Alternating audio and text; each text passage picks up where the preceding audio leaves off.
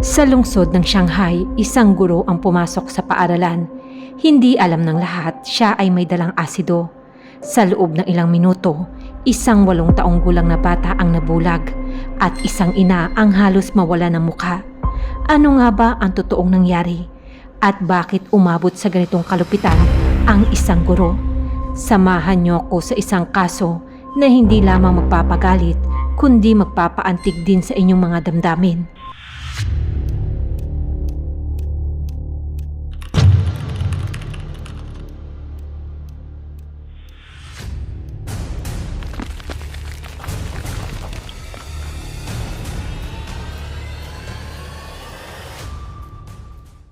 Noong September 11, 1996, isang tahimik na hapon sa Yangpu District, Shanghai, China. Maayos ang lahat hanggang sa isang biglaang trahedya ang sumira sa katahimikan.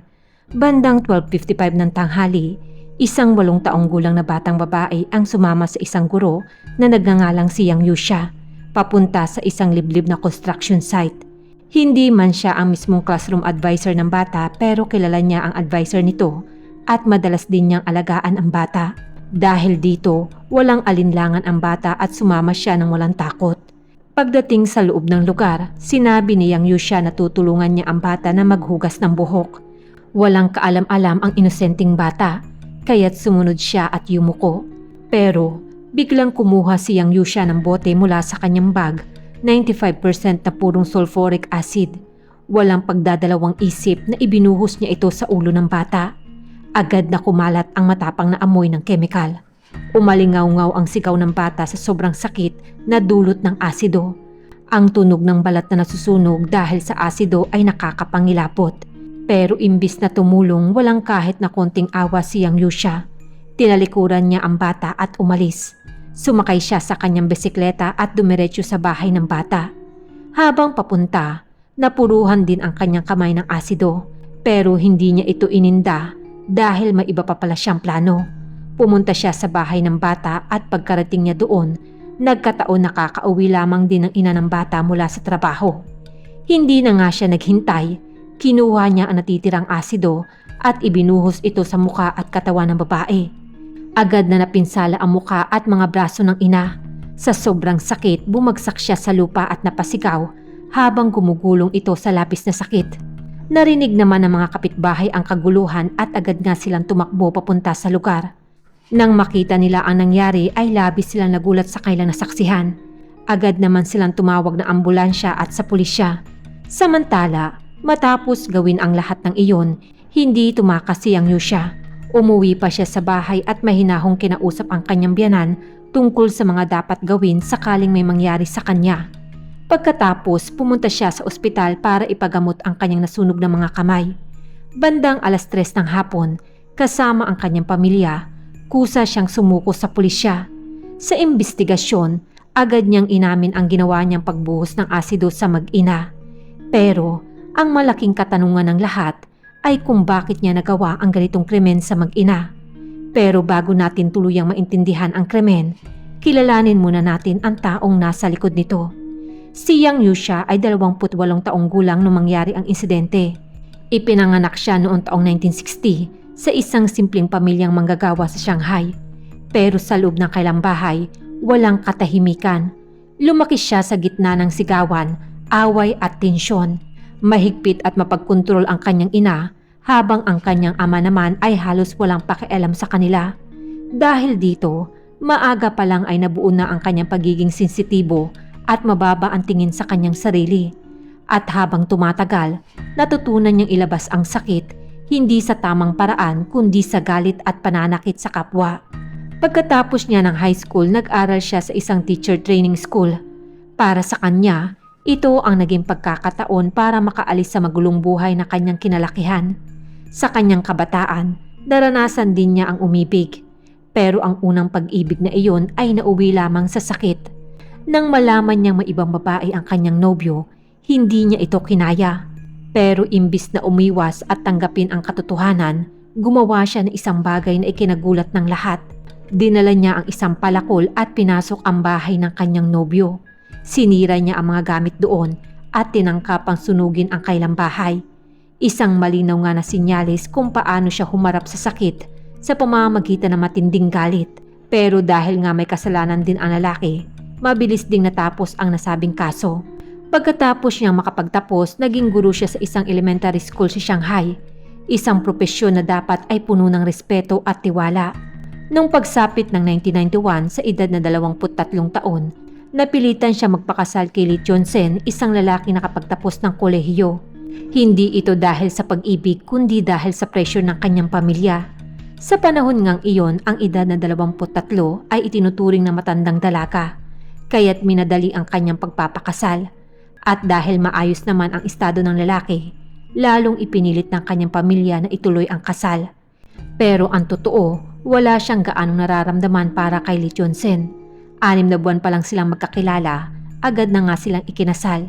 Dahil dito, mahina na agad ang pundasyon ng kailang pagsasama.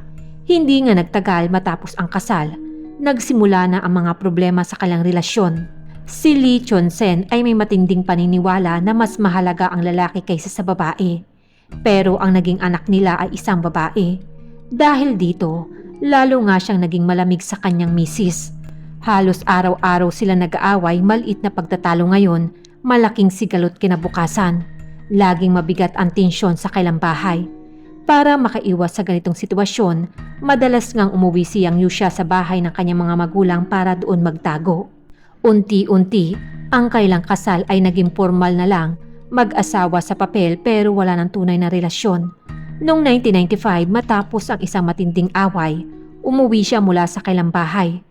Doon niya muli nakita ang kanyang dating kapitbahay nung bata pa siya na si Cho Gaucho na tatawagin nating Cho. May pamilya na rin si Cho noon at may isang anak na babae. Pero tulad nga ni Yang Yusha, hindi rin masaya ang kanilang pagsasama. Dahil pareho nga sila may pinagdadaanan, mabilis silang nagkaintindihan. Madalas silang magkasama at nagkukwentuhan, naglalaro ng mahjong at sumasayaw. Sa bawat pagkikita ngang iyon, unti-unting lumalim ang kailang ugnayan. Ikinuwento nga ni Yang Yusha ang hirap ng kanyang buhay bilang may asawa. Si Cho naman ay naglabas din ng sama ng loob tungkol sa sarili niyang pamilya. Dahil sa impluwensya ng alak at emosyon, nalampasan nga nila ang hangganan ng tama at mali at nauwi sa isang lihim na relasyon. Pagsapit ng 1996, opisyal na nga silang naging magkasintahan. Mas naging madalas nga ang kailang pagkikita. Nagpunta pa sila sa Wuxi para magbakasyon. Dahil wala sila mapagtagpo ang lugar, umabot pa sa punto na nanghiram pa si Yang Yusha ng isang bakanting bahay mula sa magulang ng kanyang estudyante para doon nga sila magkita. Sa panahong iyon, akala ni Yang Yusha ay natagpuan niya na ang tunay na pag-ibig. Nagsimula nga siyang mangarap ng bagong buhay kasama si Cho. Hindi nagtagal, sinimulan niya ng pilitin si Cho na hiwalayan ang asawa nitong si Guo Xiaoping. Pero sa simula pa lang, wala naman talagang balak si Cho na hiwalayan ang kanyang asawa. Para sa kanya, ang relasyon niya ay paraan lang niya para makalimot sa problema sa kailang bahay. Sa kabila nito, patuloy pa rin ang panggigipit ni Yang Yusha sa kanya kaya't nagsimula na nga siyang matakot. Lalo na nga na makita niya kung gaano kalala ang ugali nito dahil umabot na nga ito sa puntong nagsabi si Yang Yusha na kaya niyang patayin ang kanyang sariling asawa. Dahil dito, nagdesisyon na si Cho na tapusin ang kailang relasyon. Noong August 1996, lumapit si Cho sa advisor ng kanyang anak na si Xu Lijun, isang guro rin na si Yang Si, na dating katrabaho ni Yang Yusha. Humingi nga siya ng tulong para maayos ang sitwasyon. Nagbigay pa siya ng 5,000 yuan o 43,000 pesos bilang kabayaran para tuluyan na nga matapos ang kalang relasyon. Pero, imbis nga na matapos, lalo lamang nitong ginulo ang lahat. Matinding galit ang naramdaman ni Yang Yusha. Nagbanta nga ito na sa loob ng 6 na buwan, aayusin niya ang problema sa sarili niyang paraan. At hindi pa rin nga siya sumuko. 2 beses niya ngang pinasok ang bahay ni Cho at binasag ang mga bintana. Hinanap pa niya ang asawa nitong si Guo Xiaoping para kausapin ng direkta. Pero hindi niya nga inaasahan na nauna na palang umamin si Cho sa kanyang asawa. At sa huli, pinili nga ni Guo Xiaoping na patawarin ang kanyang asawa at tuluyang itaboy si Yang Yusha. Sa kabila nito, patuloy pa rin nga ang pangungulit ni Yang Yusha kay Cho. Dahil wala nang magawa, pumunta si Chu sa paaralan kung saan nagtatrabaho si Yang Yusha at nagreklamo ito sa mga opisyal. Dahil dito, kumalat sa buong paaralan ang kanyang lihim na relasyon. Bilang isang guro, malaking kahihiyan ito para sa kanya. Pinag-usapan nga siya ng mga kasamahan at pinagalitan ng mga nakakataas. Unti-unti, nawalan siya ng mukhang ihaharap sa lahat. Sa isip nga ni Yang Yusha, si Chu ang may kasalanan ng lahat. Siya ang sumira ng kanyang reputasyon at buhay. Doon, nagsimula ngang tumubo ang matinding galit sa kanyang puso. Para sa kanya, hindi sapat na saktan lamang niya si Chu. Kung gusto niyang maramdaman nito ang tunay na sakit, kailangan niyang sirain ang buhay ng taong pinakamahalaga dito. At dito na nga nagsimula ang isang napakasama niyang plano. Noong September 9, nagkunwari si Yang Yusha na kailangan niya ng kemikal para sa paglilinis ng baradong tubo.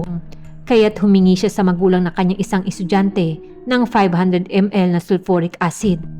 Nang makuha niya ito, hinati niya ito sa 2 lalagyan at itinago na parang matagal niya ngang pinagplanuhan ang lahat. Sa panahong iyon, 1 araw na lang bago ang kanyang kaarawan, nakasabay pa ng Teacher's Day. Ang kanyang pamilya nga ay abala sa paghahanda ng sorpresa at ang kanyang asawa naman ay nangako pang ipagluluto siya ng pansit bilang simbolo ng mahabang buhay. Dumating ang araw na iyon na tila normal lang dahil lumabas siya kasama ang pamilya at mga kaibigan. Nakangiti, tumatawa at binabasa niya pa ang mga greetings card mula sa kanyang mga estudyante. Pero sa likod ng mga ngiting iyon ay may nakatagong galit at isang matinding desisyong maghiganti. Bago pa man niya ito tuluyang gawin, sumulat pa siya ng isang liham para sa kanyang asawa kung saan sinabi niya na wala na nga siyang karapatang humingi ng tawad. Dahil nga sa laki ng kanyang kasalanan, hindi niya na raw ito mababayaran kahit buong buhay niya. At kung may susunod man daw siyang buhay ay handa nga siya magdusa para makabawi. Inamin niyang hindi niya kayang patawarin ang sarili niya at gusto niyang maghiganti sa taong nanakit at nanloko sa kanya para habang buhay itong makonsensya. Nagpaalam pa siya at hiniling sa kanyang asawa na magpakatatag at harapin ang buhay kahit wala na siya. Ipagdadasal niya rin daw ang kailang anak. At sa huli, sinabi niya sa sulat na pinagsisisihan niya ang lahat at nakiusap pa siya na huwag dalhin ang bata sa paglilitis dahil hindi nito kakayanin ang mangyayari. Noong September 11, 1996, 20 minuto bago mangyari ang krimen, kumilos si Yang Yusha na parang normal ang lahat. Humingi pa siya ng alawan sa prinsipal ng paaralan pero ito ay tinanggihan. Sa kabila nito, nanatili siyang kalmado at walang emosyon sa kanyang mukha. Walang nakapansin nga na ilang minuto lang ang lilipas, gagawa siya ng isang nakakakilabot na krimen. Dala ang asido, pumunta siya sa Yengsing Road kung saan naroroon ang elementary school. Nagpanggap siya na ipinapasundo ang batang si Xu Lijun sa utos ng advisor nitong si Yang Shi. Dahil nga dito, walang pagdududa ang bata at sumama sa kanya. Dinala niya ang bata papunta sa isang liblib na lugar, ang mismong lugar na matagal niyang pinili para sa kanyang plano. Dahil sa matinding galit at selos, pinili nga ni Yang Yusha na saktan ang isang inosenteng bata, ang anak at asawa ng lalaking nanloko sa kanya. Para sa kanya, kung gusto niyang parusahan si Chu, kailangan niya ngang sirain ang pinakamahalagang tao dito. Handa pa nga siyang isakripisyo ang sarili niyang buhay para lamang maisakatuparan ang kanyang paghihiganti. Dito nga natapos ang investigasyon ng pulisya at agad na inilipat ang kaso sa piskalya. Dahil sa sobrang kalupitan ng krimen at dahil guro ang gumawa nito, mabilis itong naging usap-usapan sa buong bansa. Noong October 24, 1996, sinimulan ang pagliliti sa Shanghai Second Intermediate People's Court. Tumagal ito ng 6 na oras at dinagsa ng media at mga tao. Nang ipalabas sa telebisyon ang recording ng paglilitis kinagabihan, lalong nagalit ang publiko sa ginawa ni Yang Yusha. Sa korte, detalyadong inilahad niya ang kanyang krimen. Ayon sa pagsusuri ng eksperto, ang batang si Xu Lijun ay nagtamo ng matinding paso sa kanyang muka, katawan at mga braso't binti. Malubaharing nasira ang kanyang mata na naging sanhi ng kanyang pagkabulag habang buhay. Lubos ding nasira ang kanyang muka at hindi na nga ito may babalik pa sa dati. Samantala, ang ina naman ay nagtamo rin ng malalang paso sa muka, braso, likod at tuhod. Bukod nga sa pagkasira ng kanyang itsura, naapektuhan din ang paggalaw ng kanyang katawan. Ang ganitong klase nga ng pinsala ay sobrang tindi at nakakapangilabot. Nang ipasok sa korte ang ina, nakaupo ito sa isang wheelchair at balot ng benda ang kanyang ulo. Nag-ingay nga sa galit ang mga tao sa loob ng silid. Ikinuwento niya ang hirap at sakit na dinanas nila ng kanyang anak. Habang pinapanood naman sa korte ang mga larawan at video ng kalagayan ng bata matapos ang insidente, tuluyang bumigay si Yang Yusha. Nanginginig siyang umiiyak at tinakpan ang kanyang bibig. Humingi nga siya ng tawad sa mag-ina, sinasabing hindi niya akalaing ganun kalala ang epekto ng asido. Paulit-ulit niyang sinabi na nagsisisi raw siya, lalo na nga sa sinapit ng 8 taong gulang na bata. Ayon sa kanya, tuwing naiisip niya ang magiging buhay ng bata ay parang nadudurog ang kanyang puso. Gusto niya raw akuin ang sakit na nararanasan nito. Umabot pa nga sa puntong sinabi niyang handa siyang ibigay ang lahat ng kanyang organs para makabawi sa kanyang kasalanan. Sa kabilang panig, sinubukan naman ng depensa na ipagtanggol siya. Ayon sa kanila, hindi raw planado ang krimen at ginawa lamang ito dahil sa panandaliang pagkawala ng katinuan. Idinagdag pa nila na kusa naman siyang sumuko at nagsisi, kaya't sana ay pagaanin ang kanyang parusa. Para nga masigurado ito, sumailalim si Yang Yusha sa psychiatric evaluation. Pero ang resulta, wala naman siyang sakit sa pag-iisip. Malinaw na alam niya ang kanyang ginagawa at kaya niya nga itong kontrolin. Dahil dito, wala siyang takas sa buong pananagutan sa kanyang krimen. At dito nga tuluyang nawasak ang huling pag-asa niyang makaiwas sa mabigat na parusa. Noong pagsapit ng November 1, 1996, naglabas na nga ng hatol ang korte. Napatunayang nagkasala si Yang Yusha sa kasong intentional injury o sinadyang pananakit at hinatulan siya ng parusang kamatayan. Kasama rin dito ang habang buhay na pagtanggal ng kanyang karapatang politikal. Pero hindi siya pumayag sa nasabing hatol.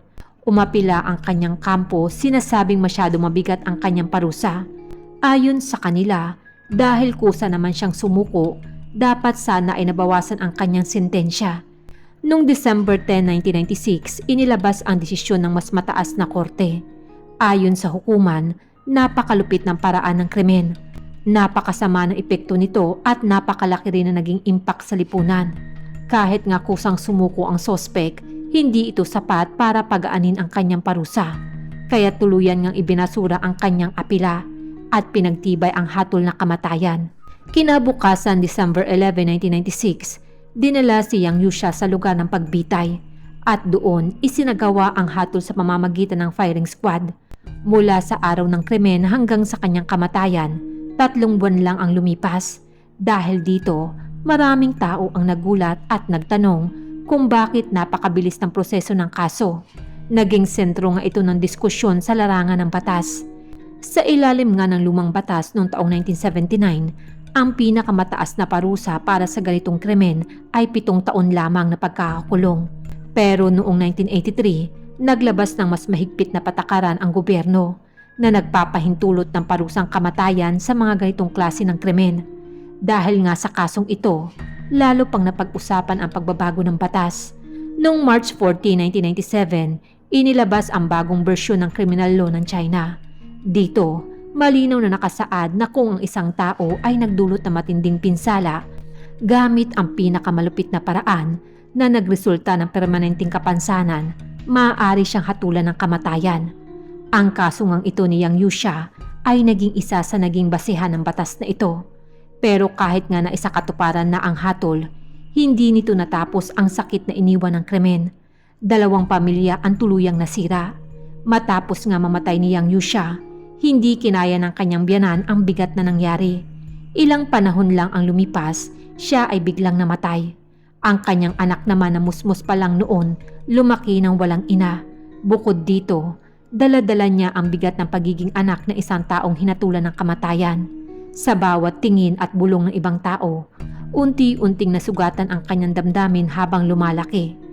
Sa kabilang panig naman, mas lalo pang nakakaawa ang sinapit ng pamilya ni Xu Lijun. Para lamang nga mapagamot ang mag-ina, naubos ang lahat ng kailang ipon at nalubog pa nga sila sa utang. Dahil sa nangyari, naapektuhan din ang trabaho ni Chu at kalaunan ay napilitan siyang mag-resign. Tuluyan ngang nahirapan ang buong pamilya. Ang 8 taong gulang na si Xu Lijun ay hindi lamang nabulag at nawala ng normal na muka. Araw-araw din niyang dinadala ang matinding sakit ng kanyang katawan. Kailangan niya ring sumailalim sa paulit-ulit at masakit na gamutan. Lumipas nga ang maraming taon at nang siya ay lumaki, may isang panayam na ginawa sa kanya. Sa kabila ng lahat ng kanyang pinagdaanan, sakit, hirap at pagkawala, pinili pa rin niya magpatawad. Ayon nga sa kanya, pinatawad ko na siya, pati na rin ang aking ama dahil pamilya pa rin kami. Kung puro galit lamang ang laman ng puso mo, hindi ka na makakakita ng liwanag sa buhay. Mas gusto kong punuin ng pagmamahal ang mundo ko. Ang mga salitangang iyon ay parehong nakakapanghina at kahanga-hanga. Sa isang batang nawala ng paningin, ngunit hindi ito nawala ng kabutihan sa puso. Isang paalala nga ito sa atin na sa likod ng galit at puot, may puwang pa rin para sa pag-ibig, pagkakaintindihan at pagpapatawad. Ang trahedyang ito ay mananatili sa alaala ng lahat, isang babala at paalala na ang maling desisyon at galit na hindi napigilan ay may hindi masukat na kapalit. Maraming salamat po sa panonood ng aking mga video. Kung nagustuhan niyo po ang aking kwento sa gabing ito, pwede po ba akong makahingi ng like? Pa-subscribe na rin po kung hindi pa po kayo nakaka-subscribe sa aking channel. At kung nais niyo pong mag-share ng inyong opinion about sa kwento, i-share niyo lamang po sa comment section. Malaking tulong po ito sa aking channel. Ako po si Denise at see you in my next video.